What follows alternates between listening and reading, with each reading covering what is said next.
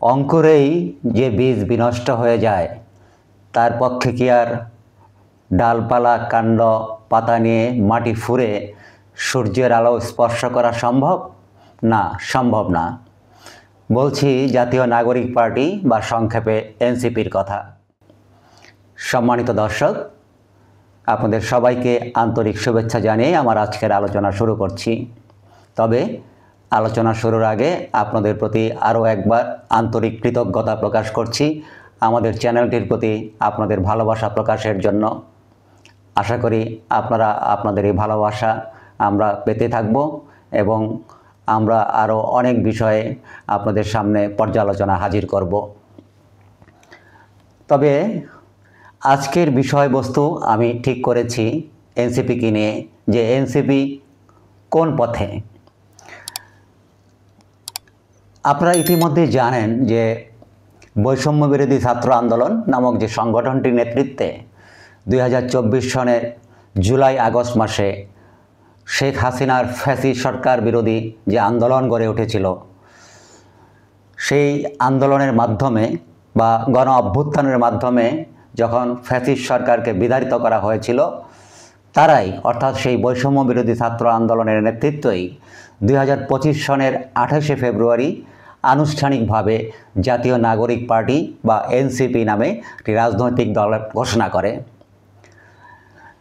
এটাও উল্লেখ করা প্রয়োজন যে এনসিপি হচ্ছে বাংলাদেশের প্রথম কোনো রাজনৈতিক সংগঠন যেটি ছাত্রদের দ্বারা গঠিত এবং ছাত্রদের নেতৃত্বেই পরিচালিত হচ্ছে। এনসিপি নিয়ে ইতিমধ্যে অনেক আলোচনা সমালোচনা হয়েছে এবং এসব আলোচনা সমালোচনার পিছনে যথেষ্ট সত্য তথ্যভিত্তিক উপাদানও রয়েছে। তবে আমি আজকে আমার নিজস্ব উপলব্ধি এবং চিন্তার জায়গা থেকে এই বিষয়ে কিছু মতামত আপনাদের সাথে শেয়ার করতে চাই।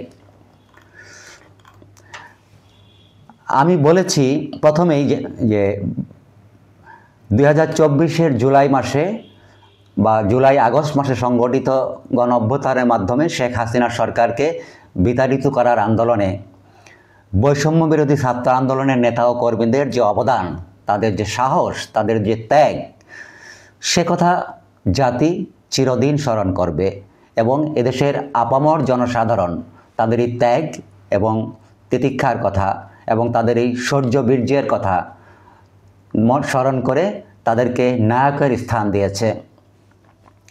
যদিও গণ অভ্যুত্থানে বৈষম্য বিরোধী ছাত্র আন্দোলনের পাশাপাশি অন্যান্য রাজনৈতিক দলের সদস্যবৃন্দ এবং আপামর জনসাধারণ অংশগ্রহণ করেছিল, কারণ বাংলাদেশ সে সময়ে ফ্যাসিস্ট হাসিনা সরকারের অত্যাচার এবং অবিচারের মধ্যে দিয়ে একটি আগ্নেয়গিরিতে পরিণত হয়েছিল এবং সেই আগ্নেয়গিরিতে শুধুমাত্র একটু অগ্নুৎপাতের অপেক্ষা ছিল, একটি স্ফুলিঙ্গের অপেক্ষায় করছিল সারা দেশবাসী। বৈষম্য বিরোধী ছাত্র আন্দোলন যখন শেখ হাসিনার বিরুদ্ধে সে আন্দোলন সংগঠিত করে, সে গণ অভ্যুত্থান নিয়ে এগিয়ে যায়, তখন আপামর জনসাধারণ সে আন্দোলনে শরিক হয় এবং 2024-এর 5ই আগস্ট এই ফ্যাসিস্ট হাসিনা সরকারকে বিতাড়ন করা সম্ভব হয়। এবং আবারও বলছি যে বৈষম্য বিরোধী ছাত্র আন্দোলনের নেতা এবং কর্মীরা সেখানে প্রধান নেতৃত্বের ভূমিকা পালন করে এবং তাদের অনেক ত্যাগ তিতিক্ষা মধ্য দিয়ে এটি অর্জন করা সম্ভব হয়েছিল। আমি বলেছি যে তাদেরকে দেশের মানুষ সত্যিকারের নায়কের মর্যাদায় আসীন করেছিল। খেয়াল করবেন, আমি পাস্ট টেন্সে বলেছি করেছিল। তাহলে এখন কি আর তাদেরকে নায়ক মনে করছে না সাধারণ জনগণ? এক্ষেত্রে উত্তর হচ্ছে অধিকাংশ ক্ষেত্রেই না, কারণ তাদের কিছু কর্মকাণ্ড তাদেরকে সেই নায়কের জায়গা থেকে ভিলেনে পরিণত করেছে এবং এখান থেকেই আজকে আমার আলোচনা শুরু। প্রথমত, গণ অভ্যুত্থান পরবর্তী সময়ে তাদের নানাবিধ কর্মকাণ্ড আমাদেরকে বা দেশের জনগণকে ব্যথিত করেছে। এর কারণ হচ্ছে আমাদের প্রত্যাশার মাত্রা তাদের প্রতি একটু বেশিই ছিল। আমরা হয়তো ভুলেই গিয়েছিলাম যে এই যে বৈষম্য বিরোধী ছাত্র আন্দোলনের যারা নেতাকর্মী বা ছাত্র, তারা এই সমাজের আরও 10 জন মানুষের মতোই একজন সাধারণ মানুষ বা তাদের এই সাধারণ মানুষের দল হিসাবে আমরা বিবেচনা করিনি। কিন্তু তারা খেয়াল করে দেখবেন তারা আন্দোলন করছিল কিসের জন্য? তারা আন্দোলন করছিল সরকারের যে চাকরিতে যে কোটা, সেই কোটা পদ্ধতি বিলোপ সাধনের জন্য। অর্থাৎ কোটার কারণে অনেক সম্ভাব্য সরকারি চাকরি প্রার্থীর সম্ভাবনা অনেকাংশে কমে যাচ্ছিল চাকরি প্রাপ্তির ক্ষেত্রে। সুতরাং তারা মনে করেছিল যে যদি কোটা প্রথা বিলোপ করা যায় তাহলে সরকারি চাকরিতে তাদের সুযোগ পাওয়ার সম্ভাবনা অনেকখানি বেড়ে যাবে। সুতরাং তারা কিন্তু 8-10 জন সাধারণ ছাত্রছাত্রীর মতোই বা বিসিএস পরীক্ষার্থীর মতোই এই আন্দোলনটি করেছিল, ভবিষ্যতে তারা যাতে একটি সরকারি চাকরি পেতে সুবিধা হয়, তারা যেন জেলা প্রশাসক হতে পারেন, ম্যাজিস্ট্রেট হতে পারেন, সহকারী সচিব থেকে যুগ্ম সচিব হয়ে সচিব হতে পারেন। অতএব তাদের আকাঙ্ক্ষার জায়গাটি সেই জায়গায় ছিল। সুতরাং তাদেরকে বিপ্লবী মনে করার কোনো কারণ নেই। তারা বিপ্লবী হিসাবে খুব পরিকল্পিতভাবে একটি রাজনৈতিক অবস্থান থেকে, দর্শন থেকে যে আন্দোলনটি করেছিল তা নয়। আর সেই কারণেই গণ অভ্যুত্থান পরবর্তী সময়ে তাদের মধ্যে অনেকেই নানা ধরনের খারাপ কাজ বা অপকর্মের সাথে জড়িয়ে যায়। যেমন ধরুন, তারা চাঁদাবাজি করেছে, বিভিন্ন ব্যবসায়ীদের কাছ থেকে টাকা নিয়েছে, তারা মিথ্যা মামলার ভয় দেখিয়ে মানুষের কাছ থেকে টাকা আদায় করেছে, তারা থানা থেকে আসামি ছিনিয়ে নিয়ে পুলিশের বিরুদ্ধে এক ধরনের চ্যালেঞ্জ ছড়ে দিয়েছে, সেখানেও তারা বাণিজ্য করেছে। সুতরাং এটা প্রমাণ করে যে তারা 8-10 জন বাংলাদেশের সাধারণ মানুষের মতোই মানুষ। কিন্তু তারা যখন আন্দোলনে সক্রিয় ছিল, এই আন্দোলনে নেতৃত্ব দিয়েছিল, তখন তাদেরকে আমরা এমন একটি আকাঙ্ক্ষার জায়গা থেকে দেখেছি যে আমরা মনে করেছি তারা ভিন্ন গ্রহের, ভিন্ন ধরনের কোনো মানুষ। সেই কারণে আমাদের প্রত্যাশাটা বেশি ছিল, এবং যখন সেই প্রত্যাশার জায়গায় এই প্রত্যাশা তারা পরবর্তীতে পূরণ করতে ব্যর্থ হয়েছে, কিংবা তারা নানা অপরাধের সাথে জড়িত হয়েছে, আমি সবার কথা বলছি না, তাদের অনেকেই জড়িত হয়েছে, তখন আমরা সবাই ব্যথিত হয়েছি। এবং এই ব্যথিত হওয়াটা খুব বেশি যৌক্তিক কারণ বলে আমি মনে করি না। দ্বিতীয়ত, তাদের রাজনৈতিক দল গঠন করবার কথা ছিল না। তারা যখন আন্দোলন করেছে, সিম্পলি তারা কোটা বিরোধী আন্দোলন করেছে। কিন্তু গণ অভ্যুত্থান পরবর্তী সময়ে নতুনভাবে তারা কিছু তথাকথিত বুদ্ধিজীবী এবং অতি বিপ্লবী দ্বারা প্রভাবিত হয়ে কিংবা বিভ্রান্ত হয়ে তারা একটি রাজনৈতিক দল গঠনের সিদ্ধান্ত নেয়। এবং সেক্ষেত্রে তারা আরও একটি বড় ভুল যেটা করেছে সেটি হচ্ছে যে তারা অন্তর্বর্তী সরকারের অংশ হয়েছে। 3 জন ছাত্র প্রতিনিধি এই অন্তর্বর্তী সরকারের উপদেষ্টা হিসাবে নিয়োগ লাভ করেছেন এবং তারা সেটা মেনে নিয়েছেন। স্বাভাবিকভাবে আমাদের যেটি আকাঙ্ক্ষা ছিল সেটি হচ্ছে তারা একটি গণ অভ্যুত্থানের মাধ্যমে একটি ফ্যাসিস্ট সরকারকে বিতাড়ন করেছে এবং একটি অন্তর্বর্তী সরকার গঠন প্রক্রিয়ায় তারা সহযোগিতা করেছে। পরবর্তীতে তারা ছাত্র হিসাবে তারা ছাত্রত্বের জায়গায় ফিরে যাবে। সর্বোপরি তারা এই অন্তর্বর্তী সরকারের বিভিন্ন কর্মকাণ্ড মূল্যায়ন করবে, মনিটরিং করবে, এবং যেখানে যেখানে মনে হবে যে স্বপ্ন নিয়ে, যে আকাঙ্ক্ষা নিয়ে এই গণ অভ্যুত্থান সংগঠিত হয়েছে, সেই স্বপ্ন পূরণ ব্যর্থ হচ্ছে অন্তর্বর্তী সরকারের দ্বারা, সেখানে তারা মতামত রাখবে, পরামর্শ দেবে, সরকারকে চ্যালেঞ্জ করবে।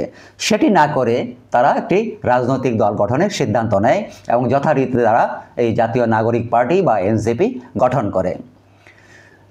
এই ক্ষেত্রে আমি যেমন বলেছি, কিছু বুদ্ধিজীবী এবং অতি বিপ্লবীরা তাদেরকে বিভ্রান্ত করেছে। পাশাপাশি ডক্টর মোহাম্মদ ইউনূস, যিনি অন্তর্বর্তী সরকারের প্রধান হয়েছেন, প্রধান উপদেষ্টা হয়েছেন, তিনিও এক ধরনের প্রতারণা করেছেন এই ছাত্রদের সাথে।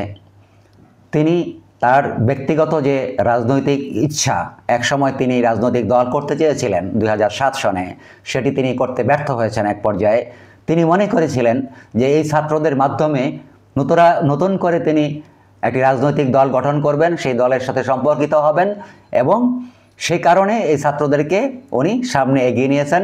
একটি রাজনৈতিক দল করার কথা প্রকাশ্যে উনি বলেছেন যে ছাত্রদের উচিত একটি রাজনৈতিক দল গঠন করা।